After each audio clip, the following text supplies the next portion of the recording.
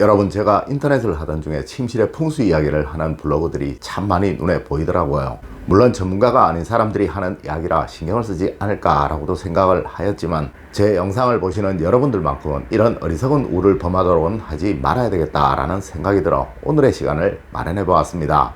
여러분, 침실에는 이제 알려드리는 이것이 가장 중요합니다. 그리고 섣부른 또 잘못된 것을 하시게 되면 여러분의 가정에 행복이 깨어지는 일이 발생하게 됩니다.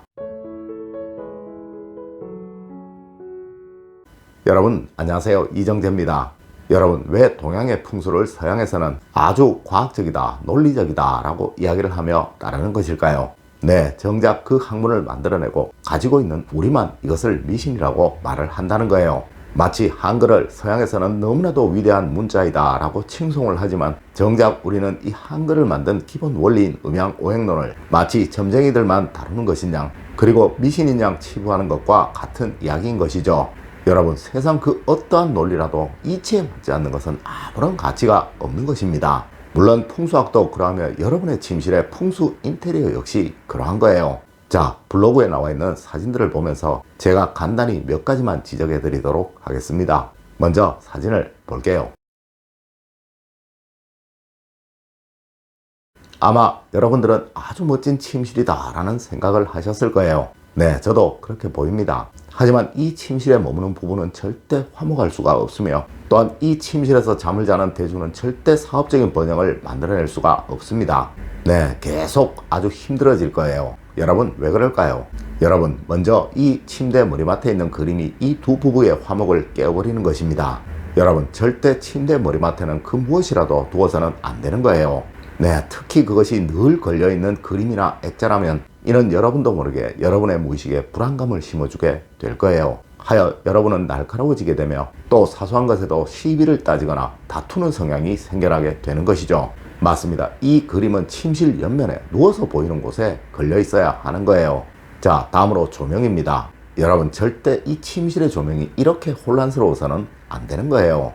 이는 이 조명 아래 잠을 자는 사람의 무의식에 혼란과 복잡함을 만들어내게 됩니다. 네, 하여 이 사람의 모든 결정은 단순 명쾌해질 수가 없으며 늘 어렵게 생각하고 늘 무엇이든 꼬아서 생각을 하게 된다는 거예요. 자, 다음 사진을 볼게요.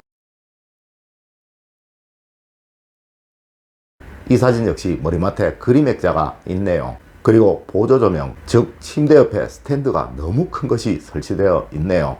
네, 이 사람은 아주 권위적이고 보수적이며 또 남을 잘 인정하지 않으려는 사람이 되어 갈 것입니다. 물론 이 사람은 타협이나 협상 능력이 아주 떨어지는 사람이 되겠죠. 여러분, 이렇게 풍수라는 것은 내가 늘 보는 것들, 또 내가 늘 느끼는 것들이 나의 무의식에 늘 고정적인 생각을 만든다라는 원리로부터 시작이 되는 것입니다. 네, 마치 복잡한 시장에서 늘 생활하는 사람의 목소리는 클 수밖에 없으며, 또 조용한 사무실에 늘 근무를 하는 사람의 목소리는 작을 수밖에 없는 것과 같은 이치인 거예요. 네, 평소의 습관을 이 무의식이 만들어내어 버리는 것이죠. 여러분, 원래는 꼭 침실에 이것을 두어 보십시오. 네, 분명 여러분의 삶은 달라지실 것입니다. 그리고 이것은 절대로 두지 마십시오. 분명 여러분에게 생길 수 있는 대부분의 어려움은 사라지게 될 것입니다. 첫 번째로, 모든 액자나 그림은 절대 머리맡에는 안 됩니다.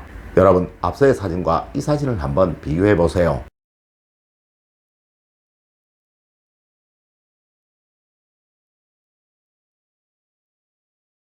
네, 앞서의 사진은 소개를 드렸고, 뒤의 사진은 신라호텔의 침실의 사진입니다. 분명 누구라도 차이를 느끼셨을 거예요. 여러분, 뒤의 사진은 침대의 머리맡에 그림이 없죠? 맞습니다. 우리 조상님들은 잠자는 머리맡에 뭔가가 있으면 꿈자리가 사나워진다 라고 말씀을 하셨습니다. 네, 잠을 푹 잘 수 없다는 것을 돌려서 말씀하신 것이죠. 여러분, 잠을 푹 자지 못하게 되면 제일 먼저 생기는 현상이 성격이 날카로워지며 또 짜증이 많아지게 되는 것입니다. 네, 사소한 것에도 큰 소리를 내는 일들이 누구에게나 생겨난다는 것이죠. 여러분, 혹시 내 아내가, 내 남편이 이유 없이 짜증을 내는 성향이 많다거나, 또 별것 아닌 일에도 남과 다투거나, 또 시비에 연루되는 일이 많다고 생각이 되시면 꼭 침대 머리맡을 한번 보세요. 네, 분명 뭔가가 있을 것입니다. 여러분, 꼭 이거 치우세요.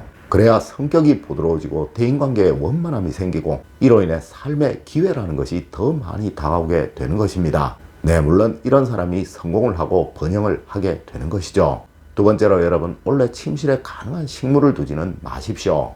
여러분, 절대 특급 호텔에 침실에 식물이 있는 경우는 없습니다. 네, 앞서의 사진에서 분명히 느끼셨을 거예요. 물론 방의 향기나 분위기를 위해서 둔 아주 작은 것이라면 상관이 없습니다. 하지만 큰 화병에 많은 꽃을 담아 침실에 두는 것은 분명 큰 문제가 있다는 것이죠. 네, 올해는 이 식물이 더욱 어려움을 가중시키는 한 해가 될 거예요. 여러분, 꼭 두고 싶으시다면 아주 작은 것을 두세요. 세 번째로, 여러분 침대의 머리 방향보다는 조명에 더 신경을 쓰십시오. 여러분, 아직도 이런 어리석은 생각을 하는 사람들이 참 많은 것 같더라고요. 네, 과거 건축의 기술이 발달하지 못하였던 시절 심한 외풍으로 인해 만들어진 잠자는 머리 방향에 관한 이야기 말입니다.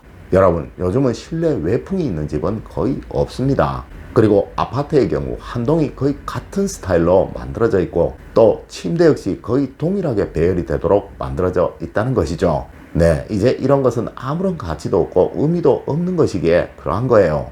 맞습니다, 여러분. 이제 조명에 더 신경을 쓰세요.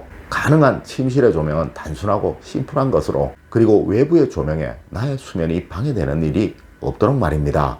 네 번째로, 여러분 침대 옆에 협탁은 꼭 두세요.